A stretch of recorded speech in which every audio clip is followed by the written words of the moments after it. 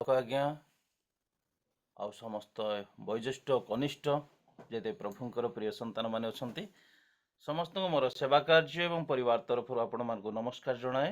ସମସ୍ତଙ୍କୁ ନମସ୍କାର। ପ୍ରେଜ୍ ଦି ଲର୍ଡ। ପ୍ରଭୁଙ୍କ ମହାପବିତ୍ର ନାମର ଧନ୍ୟବାଦ ହେଉ। ଅନ୍ୟ ଦିନ ଭଳି ଆଜି ମଧ୍ୟ ଆମମାନେ ପ୍ରଭୁଙ୍କର ଗୌରବରେ ଏକତ୍ର ହେବାର ସୁଯୋଗ ପାଇଛୁ। ତେଣୁ ପ୍ରଭୁ ଗୌରବ ପାଆନ୍ତୁ ମୋର ପ୍ରିୟମାନେ। ଆଉ ବିଶେଷ ପ୍ରଭୁଙ୍କର ଦାସ ଶାଣୀ ଆଜ୍ଞାଙ୍କୁ ମୁଁ ଧନ୍ୟବାଦ ଦିଏ। ଆଜିର ସକାଳରେ ଆମ ଉପରେ ଜଣେ ଦୁର୍ବଳ ଦାସକୁ ମଧ୍ୟ ଆପଣମାନଙ୍କ ସମ୍ମୁଖରେ ବାକ୍ୟ ପରିଚର୍ଯା କରିବା ପାଇଁ ସେ ମନୋନୀତ କଲେ। ତେଣୁ ମୁଁ ବିଶେଷ କରି ବ୍ୟକ୍ତିଗତ ଭାବରେ ଧନ୍ୟବାଦ ଦେଉଛି। ପ୍ରଭୁ ଗୌରବ ପାଆନ୍ତୁ। ଆସନ୍ତୁ ଆମେ ବାକ୍ୟ ନିକଟକୁ ଯିବା। ବାକ୍ୟ ନିକଟକୁ ଯିବା ପୂର୍ବରୁ ଆଜିର ମୁଖ୍ୟ ପ୍ରସଙ୍ଗ, ଯେଉଁ ପରମେଶ୍ୱରଙ୍କର ଆମେ ଆଜି ସେବା କରୁଛୁ, ଯେଉଁ ପ୍ରଭୁଙ୍କର ଆମମାନେ ଗୁଣଗାନ କରୁଛୁ,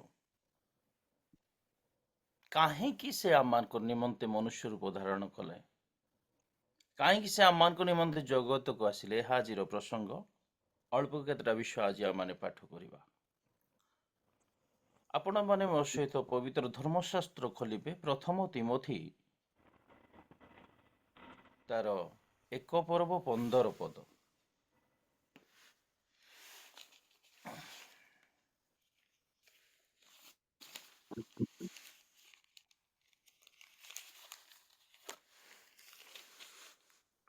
ପାପୀ ମାନଙ୍କୁ ପରିତ୍ରାଣ କରିବା ନିମନ୍ତେ ଖ୍ରୀଷ୍ଟ ଯୀଶୁ ଯେ ଜଗତରେ ଅବତୀର୍ଣ୍ଣ ହେଲେ, ଏହି ବାକ୍ୟ ବିଶ୍ୱାସ ଓ ସର୍ବତ ଭାବେ ଗ୍ରହଣଯୋଗ୍ୟ।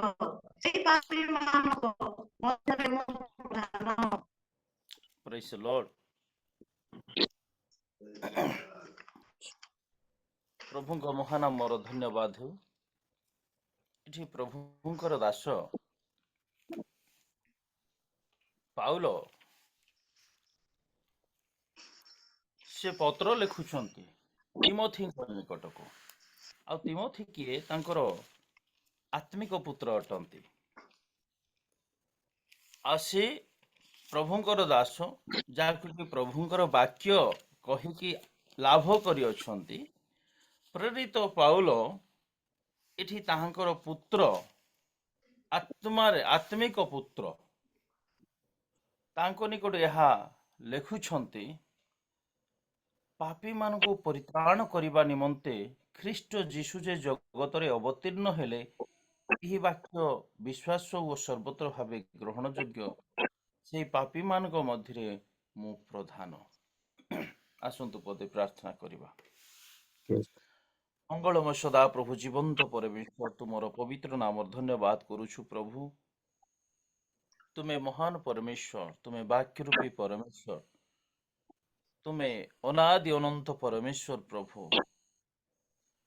ତୁମେ ହୋ ପ୍ରଭୁ ଆମମାନଙ୍କ ନିମନ୍ତେ ଏ ଜଗତ ମଧ୍ୟକୁ ଆସିଲ ପ୍ରଭୁ, ଧରାପୃଷ୍ଠରେ ଅବତୀର୍ଣ୍ଣ ହେଲ। ଆଜି ତୁମର ସେଇ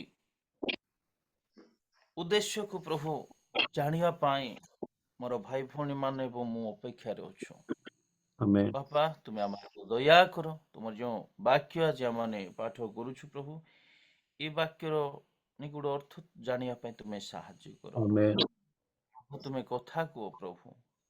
ନାଜରୀତ ଯୀଶୁଙ୍କ ନାମରେ ପ୍ରାର୍ଥନା ମାଗିଲୁ ପିତା, ଆମେନ୍।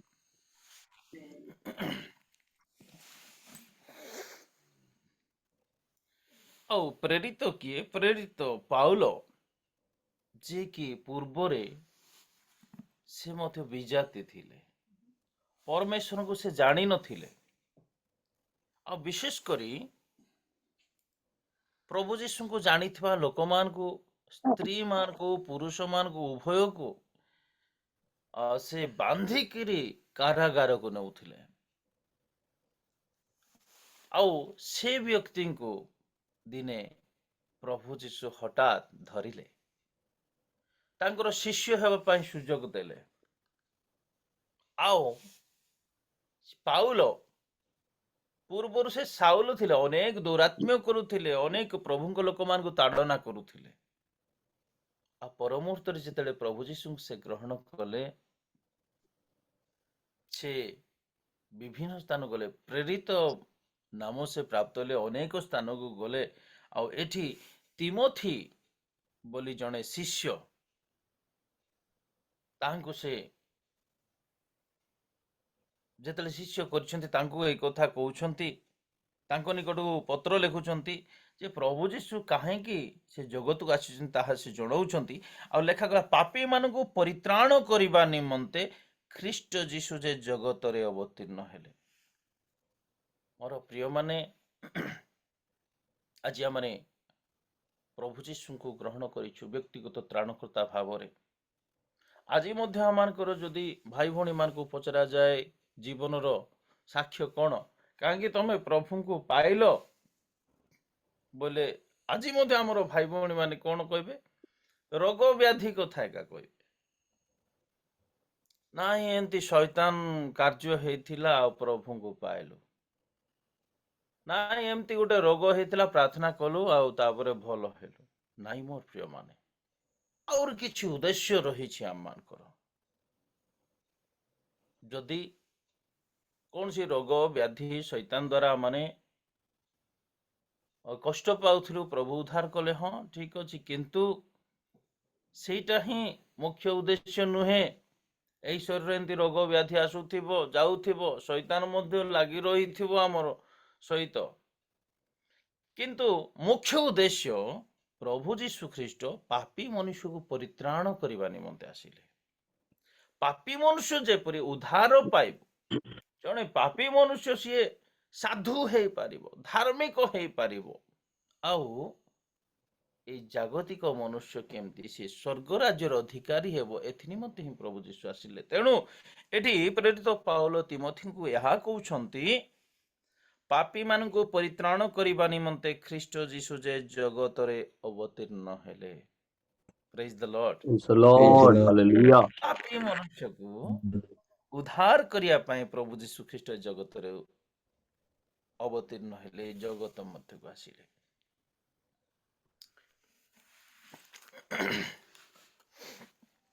ଆଉ ଗୋଟେ ପଦ ଆମେ ଦେଖିବା, ଯୋହନ ଲିଖିତ ସୁସମାଚାର 3:17 ପଦ।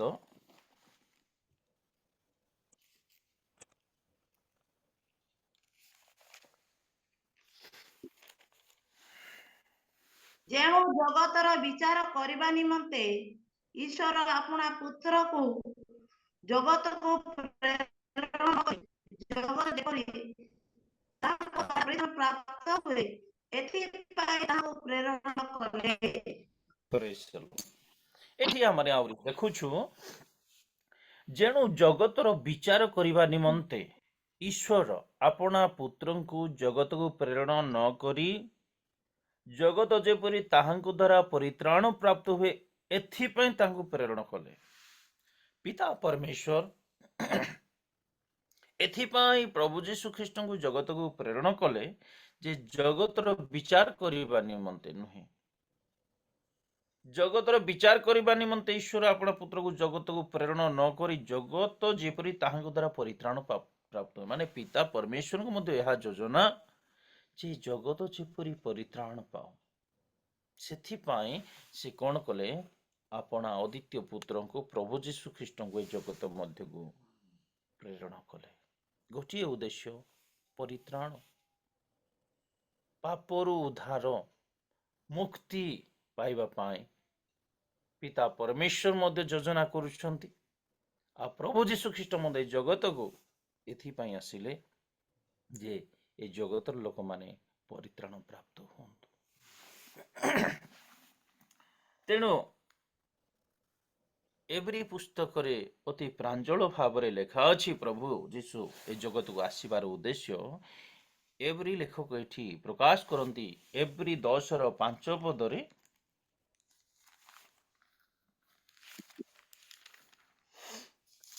ସେଥିପାଇଁ ଖ୍ରୀଷ୍ଟ ଜଗତକୁ ଆଗମନ କରିଅଛନ୍ତି, ବଳିଦାନ ଓ ନୈବେଦ୍ୟ ନ ଲୋଡ଼ି ମୋ ନିମନ୍ତେ ଏକ ଶରୀର ପ୍ରସ୍ତୁତ କଲ। 6 ପଦ ଆଜ୍ଞା, 6 ପଦ। ହୋମ ବଳି ଓ ପାପାର୍ଥକ ବଳିରେ ତୁମେ ସନ୍ତୁଷ୍ଟ ହେଲ ନାହିଁ। ଏଠି ଆମେ ଦେଖୁଛୁ 4 ପଢିଲେ ଏପରି ଲେଖାଛି, କାରଣ ବୃଷ ଓ ଛାଗର ରକ୍ତ ଯେ ପାପ ହରଣ କରିବ ଏହା ଅସମ୍ଭବ।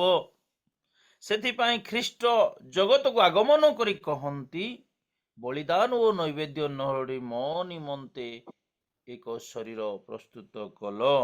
ହୋମ ବଳି ଓ ପାପାର୍ଥକ ବଳିରେ ତୁମ୍ଭେ ସନ୍ତୁଷ୍ଟ ହେଲ ନାହିଁ।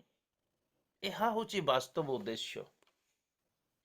ଏହା ହଉଛି ପ୍ରଭୁ ଯୀଶୁ ଏ ଜଗତକୁ ଆସିବାର ମୁଖ୍ୟ ଉଦ୍ଦେଶ୍ୟ। ଏହା ହଉଛି ଉଦ୍ଦେଶ୍ୟ ସ୍ୱୟଂ ଈଶ୍ୱର ମନୁଷ୍ୟ ରୂପ ଧାରଣ କରି ଜଗତକୁ ଆସିଲେ। ଏହା ହଉଛି ଉଦ୍ଦେଶ୍ୟ ବାକ୍ୟ ରୂପୀ ପରମେଶ୍ୱର ଏ ଜଗତ ମଧ୍ୟରେ ଅବତୀର୍ଣ୍ଣ ହେଲେ। ମନୁଷ୍ୟ ରୂପ ଧାରଣ କରି ଆସିବାର ମୁଖ୍ୟ ଉଦ୍ଦେଶ୍ୟ ଏହା। ତେଣୁ ଲେଖାଗଲା, କାରଣ ବୃଷ ଓ ଛାଗର ରକ୍ତ ଯେ ପାପ ହରଣ କରିବ ଏହା ଅସମ୍ଭବ। ମନୁଷ୍ୟର ପାପ କୌଣସି ଛେଳି କିମ୍ବା କୌଣସି ବୃଷ ଏଇ ରକ୍ତ ମଣିଷର ପାପ ହରଣ କରିପାରିବ ନାହିଁ, ମଣିଷକୁ ପରିତ୍ରାଣ ଦେଇପାରିବ ନାହିଁ। ତେଣୁ ସ୍ୱୟଂ ପରମେଶ୍ୱର ନିଜେ ପ୍ରଭୁ ଯୀଶୁ ଖ୍ରୀଷ୍ଟ ଏହା କହୁଛନ୍ତି, ଖ୍ରୀଷ୍ଟ ଜଗତକୁ ଆଗମନ କରି କହନ୍ତି, ମାନେ ପ୍ରଭୁ ଯୀଶୁ ଏଇ କଥା କହୁଛନ୍ତି, ବଳିଦାନ ଓ ନୈବେଦ୍ୟ ନ ଲୋଡ଼ି ମୋ ନିମନ୍ତେ ଏକ ଶରୀର ପ୍ରସ୍ତୁତ କଲ। ଆଦ୍ୟରେ ସେ ବାକ୍ୟ ଥିଲେ, ଯାହା ଯୌନ 1:1 ପ୍ରକାଶ କରେ। ଆଦ୍ୟରେ ବାକ୍ୟ ଥିଲେ, ବାକ୍ୟ ଈଶ୍ୱରଙ୍କ ସଙ୍ଗରେ ଥିଲେ, ସେଇ ବାକ୍ୟ ସ୍ୱୟଂ ଈଶ୍ୱର ଥିଲେ, ଆଉ ସେଇ ବାକ୍ୟ ଦେହବନ୍ତ ହେଲେ। ଯାହାଙ୍କ ଦ୍ୱାରା ସମସ୍ତ ବିଷୟ ସୃଷ୍ଟି ହେଲା, ସେ ପ୍ରଭୁ ଯୀଶୁ ନିଜେ ବାକ୍ୟ ରୂପୀ ଈଶ୍ୱର ଥିଲେ। ଆଉ ଏଥିପାଇଁ ଜଗତକୁ ଆସିଲେ। ଆଉ ପିତା ପରମେଶ୍ୱର ଏଥିପାଇଁ ତାଙ୍କୁ ଏକ ଶରୀର ଦେଲେ ଯେ ସେ ଆସିକିରି ଆମର ପାଇଁ ବଳିକୃତ ହେବେ। ସେ ଆସିକିରି ଆମର ପାଇଁ କଣ କରିବେ? ବଳି ହେବେ। ଆଉ ତାହାଙ୍କର ରକ୍ତ ଯେ ମନୁଷ୍ୟ ଜାତିର ପାପ କ୍ଷମା କରିବ, ପାପୀ ମାନଙ୍କୁ ପରିତ୍ରାଣ ଦେବ। ଏଥି ନିମନ୍ତେ ହିଁ ପ୍ରଭୁ ଯୀଶୁ ଖ୍ରୀଷ୍ଟ ସେ ଏ ଧରାପୃଷ୍ଠକୁ ଆସିଲେ ଏବଂ ଏକ ଶରୀର ମାନେ ଦେହବନ୍ତ ହେଇକିରି ଜଗତକୁ ଆସିଲେ। ତେଣୁ ସେ ନିଜେ ଏହା କହନ୍ତି, ପ୍ରଭୁ ଯୀଶୁ ଏହା କହନ୍ତି ଯେ ବଳିଦାନ ଓ ନୈବେଦ୍ୟ ନ ଲୋଡ଼ି ମୋ ନିମନ୍ତେ ଏକ ଶରୀର ପ୍ରସ୍ତୁତ କଲ। ପ୍ରଭୁ ଯୀଶୁ ଦେହ ଧାରଣ କରି ମନୁଷ୍ୟ ରୂପ ଧାରଣ କରିବା ଏକ ଉଦ୍ଦେଶ୍ୟ ଯେ ପିତା ପରମେଶ୍ୱର କୌଣସି ବୃଷ ବା ଛାଗର ରକ୍ତରେ ସେ ସନ୍ତୁଷ୍ଟ ହେଲେ ନାହିଁ। ତେଣୁ ପ୍ରଭୁ ଯୀଶୁ ଖ୍ରୀଷ୍ଟ ମାନେ ଦେହ ଧାରଣ କରି ଏ ଜଗତକୁ ଆସିଲେ। ଏହା ହଉଛି ମୁଖ୍ୟ କାରଣ। ମୋର ପ୍ରିୟ ମାନେ, ଆଜି ମୋର ଭାଇ ଭଉଣୀ ମାନେ ଆମେ ପ୍ରଭୁଙ୍କୁ ଜାଣିଅଛୁ। କିଏ ଏହା ବି ପଚାରି ପାରନ୍ତି, ତୁମେ ତ ପ୍ରଭୁଙ୍କୁ ଗ୍ରହଣ କଲ। ହଁ, ସେ ଖାଲି ଯଦି ରୋଗ ବ୍ୟାଧି କଥା ଆମେ କହୁ, ଆଉ ସେଇ ସମୟରେ ହଁ ଏବେ ତ ଭଲ ଅଛ, ଆଉ ଏବେ ପ୍ରଭୁ ଯୀଶୁଙ୍କୁ ଛାଡ଼ି ଦିଅ, ଏହା କହିଲେ ଆମ ପାଖରେ ଆଉ ଉତ୍ତର ନାହିଁ। ତେଣୁ ମାନେ ଏହା ପ୍ରକାଶ କରିବା ଦରକାର, ପ୍ରଭୁ ଯୀଶୁଙ୍କୁ ତୁମେ କାହିଁକି ଗ୍ରହଣ କରିଛ କହିଲେ, ମୋ ପରିତ୍ରାଣ ପାଇବା ପାଇଁ। ଏହା ଆମକୁ ଉତ୍ତର ହେବା ଦରକାର। ନହେଲେ କଣ ଆମେ ସେ ପ୍ରାଇମେରୀ ଷ୍ଟେଜରେ ଏକା ଅଛୁ। ଆଉ ପ୍ରଥମେ ଯେତେବେଳେ ଆମେ ପ୍ରଭୁ ଯୀଶୁଙ୍କୁ ଗ୍ରହଣ କରୁ, ଏହା ଗୋଟେ ମାଧ୍ୟମ। କୌଣସି ରୋଗ ବ୍ୟାଧି ଦ୍ୱାରା ମାନେ ପୀଡ଼ିତ ହେଇକରି ପ୍ରଭୁଙ୍କ ନାମରେ ପ୍ରାର୍ଥନା କରି ସୁସ୍ଥ ହେବା, ଏଇଟା ଗୋଟେ ମାଧ୍ୟମ। ପ୍ରଭୁ ତାଙ୍କ ନିକଟ ଆଣିବା ପାଇଁ ଏହା ମାଧ୍ୟମ କରିଥାନ୍ତି। କିନ୍ତୁ ବାସ୍ତବ ଉଦ୍ଦେଶ୍ୟ ଆମମାନଙ୍କୁ ପରିତ୍ରାଣ କରିବା ଉଦ୍ଦେଶ୍ୟରେ, ବାସ୍ତବ ଉଦ୍ଦେଶ୍ୟ ତାଙ୍କ ରାଜ୍ୟର ଅଧିକାରୀ କରିବା ନିମନ୍ତେ, ବାସ୍ତବ ଉଦ୍ଦେଶ୍ୟ ଆମମାନଙ୍କୁ ଧାର୍ମିକ ଗଣିତ କରିବା ନିମନ୍ତେ ପ୍ରଭୁ ଆମମାନଙ୍କୁ ଆହ୍ୱାନ କରିଅଛନ୍ତି। Praise the Lord. Hallelujah. ତେଣୁ ପ୍ରଭୁଙ୍କର ମହାପବିତ୍ର ନାମର ଧନ୍ୟବାଦ ହେଉ। ମୋର ପ୍ରିୟ ମାନେ, ଆଉ ଗୋଟେ ଦ୍ୱିତୀୟ ବିଷୟ ଆମେ ଦେଖିବା, କାହିଁକି ପ୍ରଭୁ ଯୀଶୁ এই ଜଗତ ମଧ୍ୟରେ ଜନ୍ମଗ୍ରହଣ କରିଅଛନ୍ତି। ମୁଖ୍ୟ ବିଷୟ ଆମେ ଦେଖିଲୁ, ପାପୀ ମାନଙ୍କୁ ପରିତ୍ରାଣ କରିବା ନିମନ୍ତେ। ପ୍ରଭୁ ଯୀଶୁଙ୍କ ବିନା କିଏ ପାପୀ ମନୁଷ୍ୟକୁ ପରିତ୍ରାଣ କରିପାରିବ ନାହିଁ। ଅନେକ ପାପୀ ମାନଙ୍କୁ ସେମାନେ କଣ କରିବେ? ବିନାଶ କରିପାରିବେ। କିନ୍ତୁ ପ୍ରଭୁ ଯୀଶୁ ଏଥିପାଇଁ ଡିଫରେଣ୍ଟ, ଏଥିପାଇଁ ସେ ଭିନ୍ନ ଅଟନ୍ତି, କାରଣ ସେ ପାପୀ ମାନଙ୍କୁ ପରିତ୍ରାଣ କରିବାର ପରମେଶ୍ୱର, ପାପୀର ପାପକୁ କ୍ଷମା କରିବାର ପରମେଶ୍ୱର। ସେ ଯେ ପ୍ରକାର ପାପ ହେଇଥାଉ ନା କାହିଁକି, ଆମର ପାପ ସିନ୍ଦୁର ବର୍ଣ୍ଣ ପରି ହେଲେ ହେଁ ସେ ଶ୍ୱେତ ବର୍ଣ୍ଣ ପରି କରିବାର ପରମେଶ୍ୱର ଅଟନ୍ତି। ଆଉ ତାଙ୍କର ସେଇ ରକ୍ତ ଆମମାନଙ୍କୁ କଣ କରେ? ସମସ୍ତ ପାପରୁ ଆମମାନଙ୍କୁ ଧୋଇକିରି ପରିଷ୍କାର କରେ। ଏ ପ୍ରକାର ବ୍ୟକ୍ତି ଆମମାନଙ୍କର ପରମେଶ୍ୱର ଅଟନ୍ତି। ତେଣୁ ଆମଠାରେ ଏଇଟା ଉତ୍ତର ରହିବା ଦରକାର, ପ୍ରଭୁ ଯୀଶୁଙ୍କୁ ତୁମେ କାହିଁକି ଗ୍ରହଣ କରିଛ କହିଲେ? ମୋର ପାପ ସେ କ୍ଷମା କରିଅଛନ୍ତି। ଏହା ହିଁ ଆମମାନଙ୍କର ଉତ୍ତର ହେବା ଦରକାର। Praise God. ଦ୍ୱିତୀୟ ବିଷୟ ମାନେ ଦେଖିବା, ପ୍ରଥମ ଜହନ 3:8 ପଦ। ପ୍ରଥମ ଜହନ 3:8 ପଦ।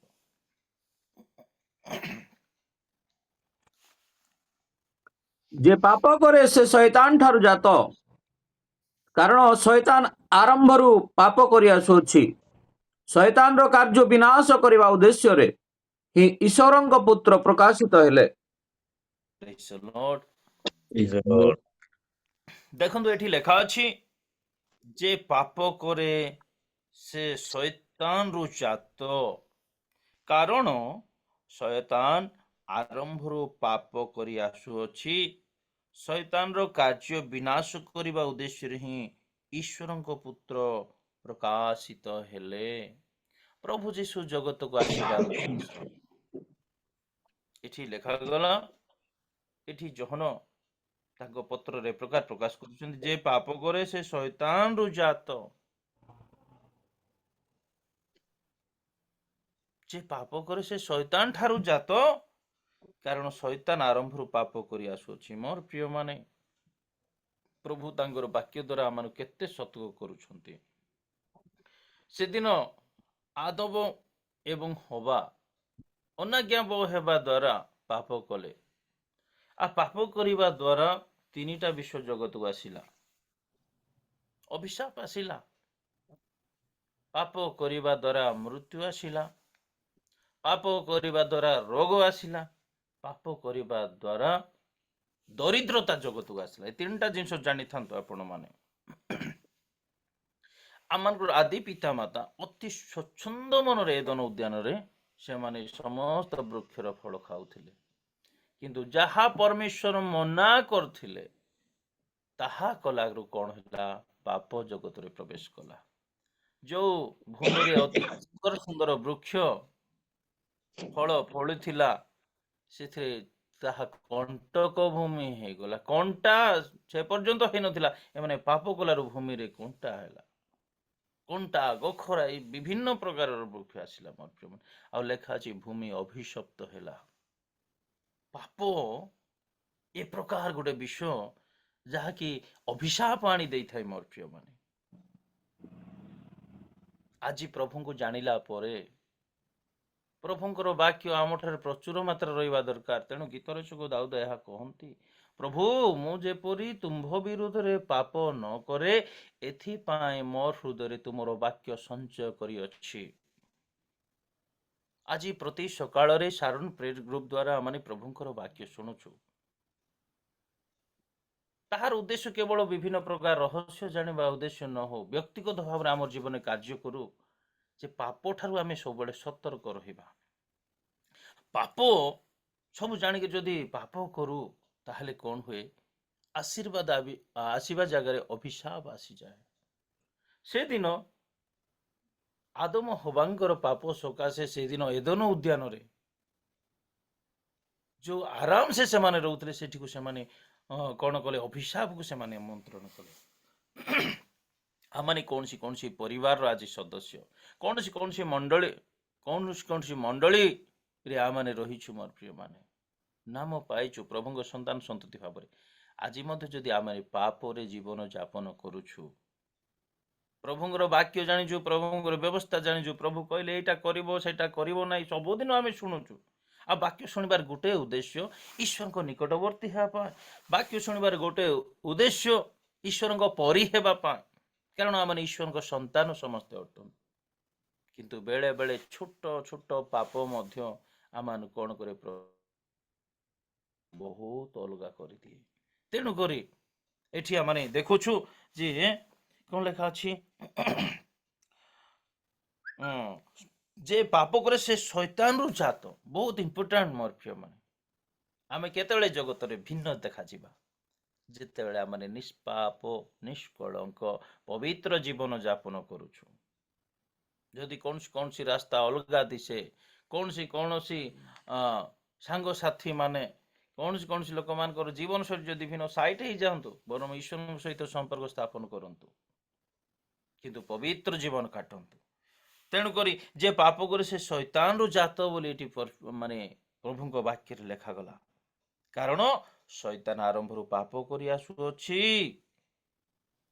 ଶୈତାନର କାର୍ଯ୍ୟ ବିନାଶ କରିବା ଉଦ୍ଦେଶ୍ୟରେ ହିଁ ଈଶ୍ୱରଙ୍କ ପୁତ୍ର ପ୍ରକାଶିତ ହେଲେ। Praise the Lord. Praise the Lord. Hallelujah. ଶୈତାନ କାର୍ଯ୍ୟକୁ ବିନାଶ କରିବା ପାଇଁ, ନଷ୍ଟ କରିବା ପାଇଁ ସେ ଜଗତକୁ ଆସିଲେ। ଶୈତାନ କାର୍ଯ୍ୟ କେମିତି ଲୋକମାନେ ନରକକୁ ଯିବେ, କେମିତି ଲୋକମାନେ ମୃତ୍ୟୁ, କେମିତି ଲୋକମାନେ ରୋଗ ବ୍ୟାଧିରେ ପୀଡ଼ିତ ହେବେ, କେମିତି ଲୋକମାନେ ଦାରିଦ୍ର୍ୟତା ହେବେ, ଏଇ ଉଦ୍ଦେଶ୍ୟ ଶୈତାନର ଉଦ୍ଦେଶ୍ୟ। କିନ୍ତୁ ଆମମାନଙ୍କୁ ଅନନ୍ତ ସ୍ୱର୍ଗ ରାଜ୍ୟର ଅଧିକାରୀ କରିବା ପାଇଁ, ଅନନ୍ତ ଜୀବନ ଦେବା ପାଇଁ, ଅନନ୍ତ ରାଜ୍ୟରେ ଧନ ସମ୍ପତ୍ତି ଦେବା ପାଇଁ, ସ୍ୱର୍ଗରେ ଧନ ସଞ୍ଚୟ କର ବୋଲି ପ୍ରଭୁ ଯୀଶୁ କହିଲେ। ଏ ସମସ୍ତ ବିଷୟ ଦେବା ପାଇଁ ପ୍ରଭୁ ଯୀଶୁ ଏଇ ଜଗତ ମଧ୍ୟକୁ ଆସିଲେ। ଯୋଉଟା କି ଆମମାନଙ୍କର ଆଦି ପିତାମାତା ହରେଇଥିଲେ, ସେ ସମସ୍ତ ବିଷୟ ଦେବା ନିମନ୍ତେ ପ୍ରଭୁ ଯୀଶୁ ଖ୍ରୀଷ୍ଟ ତାହା ଆମମାନଙ୍କୁ ଦେବା ନିମନ୍ତେ ଏ ଜଗତ ମଧ୍ୟକୁ ଆସିଲେ। ତେଣୁ ଲେଖା ଅଛି କଣ? ଶୈତାନ କାର୍ଯ୍ୟ ବିନାଶ କରିବା ଉଦ୍ଦେଶ୍ୟରେ ହିଁ ଈଶ୍ୱରଙ୍କ ପୁତ୍ର ପ୍ରକାଶିତ ହେଲେ। ଆଉ ଗୋଟେ ପଏଣ୍ଟ ମାନେ ଦେଖିବା, ଲୁକ 19:10।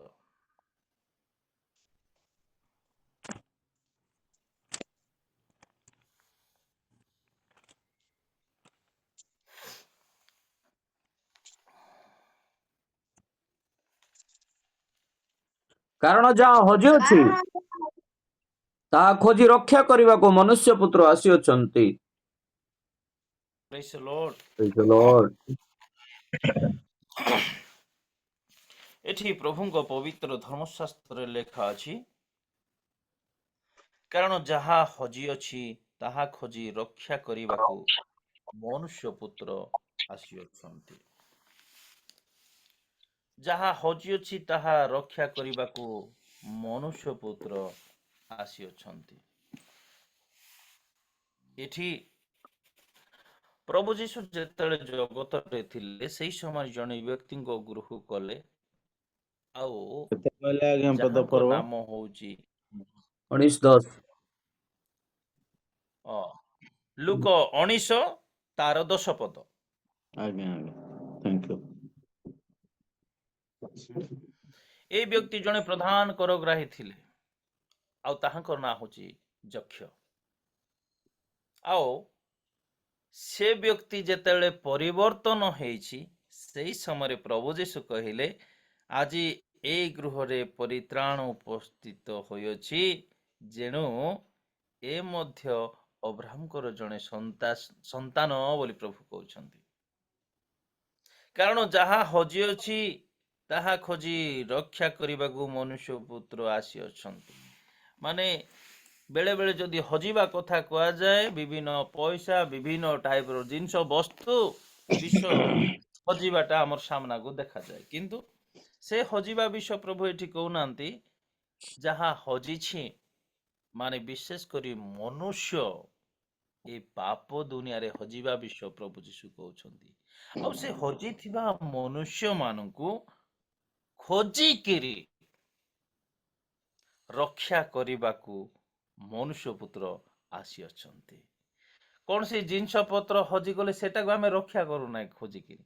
ରକ୍ଷା ଗୋଟେ ୱାର୍ଡ, ଏହା କେବଳ ମନୁଷ୍ୟକୁ ସୁରକ୍ଷା କରିବାର ବିଷୟ ବୁଝାଏ। ତେଲେ ମୋର ପ୍ରିୟମାନେ, କଣ ହଜି ଯାଇଥିଲା? ଆଦିରେ ଯେତେବେଳେ ପରମେଶ୍ୱର ମନୁଷ୍ୟକୁ ସୃଷ୍ଟି କଲେ, ଲେଖାଯାଏ ସେ ଆପଣା ସାଦୃଶ୍ୟ ଏବଂ ପ୍ରତିମୂର୍ତ୍ତିରେ ତାଙ୍କୁ ନିର୍ମାଣ କଲେ। ମନୁଷ୍ୟ ମାନେ ଆଦମ ଅବିକଳ ଈଶ୍ୱରଙ୍କ ପ୍ରତିମୂର୍ତ୍ତି ଥିଲେ। ଈଶ୍ୱରଙ୍କ ପରି ହିଁ ଦେଖା ଯାଉଥିଲେ। ସାଦୃଶ୍ୟ ମାନେ ତାଙ୍କର ଗୁଣ, ସ୍ୱଭାବ, ଚରିତ୍ର ପ୍ରତିଟି ବିଷୟ ଆଦମଙ୍କର ସେ ଈଶ୍ୱରଙ୍କର ଗୁଣ ସ୍ୱଭାବ ସବୁ ଥିଲା। ଆଉ ଯେତେବେଳେ ସେ ପାପ କଲା, ସେ ସମସ୍ତ ବିଷୟ ସେଦିନ ସେ ହରାଇଲେ। ପ୍ରଭୁ ମାନେ ସ୍ୱୟଂ ଈଶ୍ୱରଙ୍କ ପରି ହିଁ ଦେଖା ଯାଉଥିଲା। କାରଣ ଆପଣମାନେ ଯେତେବେଳେ ବଂଶାବଳୀ ଦେଖୁଥିବେ, ସେଠି ଆଦମ ଈଶ୍ୱରଙ୍କ ପୁତ୍ର ବୋଲି ଲେଖା ଅଛି। ମୋର ପ୍ରିୟମାନେ, କେତେ ଗୁରୁତ୍ୱପୂର୍ଣ୍ଣ। ଆଉ ବେଳେ ବେଳେ ଶୈତାନ କଣ କରେ, ଆମକୁ ପାପରେ ପକାଇବା ପାଇଁ ଚେଷ୍ଟା କରେ। ଆଉ ପାପ କରିବା ଦ୍ୱାରା ଜଣେ ମନୁଷ୍ୟ ଈଶ୍ୱରଙ୍କ ଠାରୁ ଅଲଗା ହେଇଥାଏ। ପାପ ଗୋଟେ ପ୍ରାଚୀର ସ୍ୱରୂପେ ଠିଆ ହେଇଯାଏ, ଯାହା ଫଳରେ କି ପ୍ରଭୁଙ୍କ ସହିତ ଆମର କିଛି ସୁସମ୍ପର୍କ ରହିପାରେ ନାହିଁ। ତେଣୁ ଆଜି ଆମେ ପ୍ରଭୁଙ୍କୁ ଜାଣିଛୁ, ପାପରୁ ସେ ଉଦ୍ଧାର କରିଅଛନ୍ତି। ଆଉ ପାପରୁ ଉଦ୍ଧାର କରିବା ପାଇଁ ତାଙ୍କର ଅଦ୍ୱିତୀୟ ପୁତ୍ର ପ୍ରଭୁ ଯୀଶୁଙ୍କୁ ସେ ପ୍ରେରଣ କଲେ। ଆଉ ସେ ଖାଲି ଆମକୁ ଖୋଜିଲେ ନାହିଁ, ଆମର ପାଇଁ ସେ ବଳୀକୃତ ହେଲେ, ରକ୍ତ ଝରେଇଲେ। ଆଉ ତାହାଙ୍କରି ପାପ, ତାଙ୍କରି ସେଇ ପବିତ୍ର ରକ୍ତ ହିଁ ଆମର ପାପ ଆଜି ଧୌତ କରିଥାଏ। ତାଙ୍କ ରକ୍ତ ହିଁ ଆମର ସମସ୍ତ ପାପକୁ ଧୋଇ ଦେଇଥାଏ, ପରିଷ୍କାର କରିଥାଏ। ମୋର ପ୍ରିୟମାନେ, ଆଉ ମନୁଷ୍ୟ କିପରି ହଜିଗଲା ଜାଣନ୍ତି? ଆଦମ ହବା ଯାହା ହରାଇଲେ, ପ୍ରଥମ ବିଷୟ ପରମେଶ୍ୱର ସହିତ ଯେଉଁ ସହଭାଗିତା ଥିଲା ମନୁଷ୍ୟର, ତାହା ପର ମୁହୂର୍ତ୍ତରେ ହରାଇଲେ। ପାପ କଲା ପରେ ତାହା ହରାଇଲେ। ତାମାନେ ଆଜି ଯଦି ପ୍ରଭୁଙ୍କ ସହିତ ଆମର ସୌଭାଗ୍ୟତା ଅଛି, ପ୍ରାର୍ଥନା କଲେ ସେ ଶୁଣୁଛନ୍ତି, ଉତ୍ତର ଦେଉଛନ୍ତି। ଯଦି କୌଣସି ପାପ କରୁ, ଏଇଟା ଆମକୁ ହରାଇବାକୁ ପଡ଼ିବ। ତେଣୁ ଆମେ ଯେପରି ପାପ ନ କରୁ, ସେଥିପାଇଁ ଆମେ ସତର୍କ ହେବା। ପ୍ରଭୁ ଆମକୁ ଧୌତ କରିଛନ୍ତି, ଧୋଇ ଦେଇଛନ୍ତି, ପରିଷ୍କାର କରିଛନ୍ତି। ପରିଷ୍କାର କଲା ପରେ ଆଉ ଥରେ ଆମେ ଯେପରି କାଦୁଅରେ ଘାଣ୍ଟି ନ ହଉ, ଏଥିପାଇଁ ଆମେ ସବୁବେଳେ ସତର୍କ ରହିବା। ଯେତେବେଳେ ନୂଆ ଦିନ, ନୂଆ ସକାଳଟି ଆମମାନଙ୍କର ପାଇଁ ପ୍ରଭୁ ଦିଅନ୍ତି, ପ୍ରଭୁଙ୍କ ଠାରେ ଏହା ପ୍ରାର୍ଥନା କରିବା, ପ୍ରଭୁ ମୋତେ ଦୟା କର, ମୁଁ ଯେପରି ତୁମ ବିରୁଦ୍ଧରେ ପାପ ନ କରେ। ଆମେନ୍। ପ୍ରଭୁ ମୋତେ ସମସ୍ତ ପାପରୁ ଉଦ୍ଧାର କର। ଏଇ ଟାଇପର ପ୍ରାର୍ଥନା କରିବା। କିନ୍ତୁ ଡେଲି ପାପ କରିକିରି ପ୍ରଭୁ ମୁଁ ପାପ କଲି କ୍ଷମା କର, ପ୍ରଭୁ ପାପ କଲି କ୍ଷମା କର, ଏଇ ପ୍ରାର୍ଥନା, ଏଇଟାକୁ ଏଇ କ୍ଷମା ମାଗିବାଟା ସେମିତି ନ କରିକିରି ନିଜେ ମଧ୍ୟ ସତର୍କ ରହିବା। ପ୍ରଭୁ ମୁଁ ଯେପରି ତୁମ ବିରୁଦ୍ଧରେ ପାପ ନ କରେ, ଏଥିପାଇଁ ମୋତେ ଦୟା କର। ସମସ୍ତ ପାପରୁ ମୋତେ ଉଦ୍ଧାର କର, ମାନେ ପାପ ଆସିବା ପୂର୍ବରୁ ମୁଁ ଯେପରି ସତର୍କ ରହିପାରିବି। ଏମିତି ହେଲେ ହିଁ ଆମେ ସବୁବେଳେ ପରିଷ୍କୃତ ରହିପାରିବା ମୋର ପ୍ରିୟମାନେ। ଆଉ ୱାନ୍ସ ଯଦି ପାପରେ ପଡ଼ୁ, ପ୍ରଭୁଙ୍କ ସହିତ ଆମେ ବିଚ୍ଛେଦ ହେଇଯାଉ। ତେଣୁ ଆଉ ଗୋଟେ ବିଷୟ ଯେ ଆଦମ ହବା ଯାହା ହରାଇଲେ, ପ୍ରଥମ ବିଷୟ ସହଭାଗିତା ହରାଇଲେ। ପରମେଶ୍ୱରଙ୍କ ସହିତ ଯେଉଁ ସହଭାଗିତା ଥିଲା, ତାହା ସେମାନେ ହରାଇଲେ। ସେମାନେ ଡେଲି ସବୁବେଳେ ପରମେଶ୍ୱର କଣ କରୁଥିଲେ, ଏମାନଙ୍କ ସହିତ ଏଦନ ଉଦ୍ୟାନରେ ସହଭାଗିତା କରୁଥିଲେ, ତାହା ସେମାନେ ହରାଇ ଦେଲେ। ଆଉ ଅବିକଳ ଈଶ୍ୱରଙ୍କ ପରି ସେମାନେ ଦେଖା ଯାଉଥିଲେ, ତାହା ମଧ୍ୟ ହରାଇ ଦେଲେ। ଆଉ ଅକ୍ଷୟ ଶରୀର ସେମାନେ ହରାଇଲେ। ଏଇ ଶରୀର କ୍ଷୟ ପାଇନଥାନ୍ତା, ଅନନ୍ତ ଜୀବୀ ମଧ୍ୟ ହେଇପାରିଥାନ୍ତେ, କିନ୍ତୁ ସେ ଅନନ୍ତ ଜୀବନଦାୟକ ବୃକ୍ଷର ଫଳ ସେମାନେ ଖାଇଲେ ନାହିଁ, କିନ୍ତୁ ତାର ଓଲଟା କାର୍ଯ୍ୟ କଲେ। ଅନନ୍ତ ଜୀବନ ହରାଇଲେ, ଅକ୍ଷୟ ଶରୀର ହରାଇଲେ, ଈଶ୍ୱରଙ୍କର ଯେଉଁ ସାଦୃଶ୍ୟ, ଗୁଣ, ଚରିତ୍ର, ତାହା ମଧ୍ୟ ହରାଇ ଦେଲେ ପାପ କରିବା ସକାଶେ। ଆଉ ଈଶ୍ୱରଙ୍କ ସହଭାଗିତାରୁ ସେମାନେ ଦୂରେଇ ଗଲେ। ମୋର ପ୍ରିୟମାନେ, ଏଇ ହରାଇବା ବିଷୟକୁ ପୁନର୍ବାର ଦେବା ନିମନ୍ତେ ପ୍ରଭୁ ଯୀଶୁ ଜଗତ ମଧ୍ୟକୁ ଆସିଲେ। ପ୍ରେଜ୍ ଦ ଲର୍ଡ। ଆମେ ପ୍ରଭୁଙ୍କ ଠାରେ ସବୁବେଳେ ଆମେ ସ୍ଥିର ଭାବରେ ରହିବା ଏବଂ ପ୍ରଭୁଙ୍କ ପାଇଁ ବଞ୍ଚିବା। ତେଣୁ ଆମର ଉତ୍ତର ଏହା ହେବା ଦରକାର ସବୁବେଳେ, ମୁଁ ପ୍ରଭୁଙ୍କୁ ଏଥିପାଇଁ ଗ୍ରହଣ କରିଛି, କାରଣ ମୋତେ ପାପରୁ ଉଦ୍ଧାର କରିବା ପାଇଁ ପ୍ରଭୁ ଯୀଶୁ ଜଗତ ମଧ୍ୟରେ ଅବତୀର୍ଣ୍ଣ ହେଲେ। ମୁଁ ଏଥିପାଇଁ ଜଗତକୁ ଏଥିପାଇଁ ମୁଁ ପ୍ରଭୁ ଯୀଶୁ ଗ୍ରହଣ କରିଛି, କାରଣ ମୋତେ ପରିତ୍ରାଣ ଦେବା ନିମନ୍ତେ ପ୍ରଭୁ ଯୀଶୁ ଖ୍ରୀଷ୍ଟ ମୋର ପାଇଁ ବୋଲି ଜଗତ ମଧ୍ୟକୁ ଆସିଲେ। ଏହା ମାନଙ୍କ ପାଇଁ ଏହା ହିଁ ଆମଙ୍କର ଉତ୍ତର ହେବା ଦରକାର। ତେଣୁ ପ୍ରଭୁ ଦୟା କରନ୍ତୁ। ଆଜିର ଏଇ ସଂକ୍ଷିପ୍ତ ବାକ୍ୟ ଦ୍ୱାରା ପ୍ରଭୁ ଆମର ସମସ୍ତଙ୍କୁ ଭଲ ଭାବେ ଆଶୀର୍ବାଦ କରନ୍ତୁ। ପ୍ରେଜ୍ ଦ ଲର୍ଡ ସମସ୍ତ। Praise the Lord. Praise the Praise the Lord. Praise Lord. the Lord. ବହୁତ ବହୁତ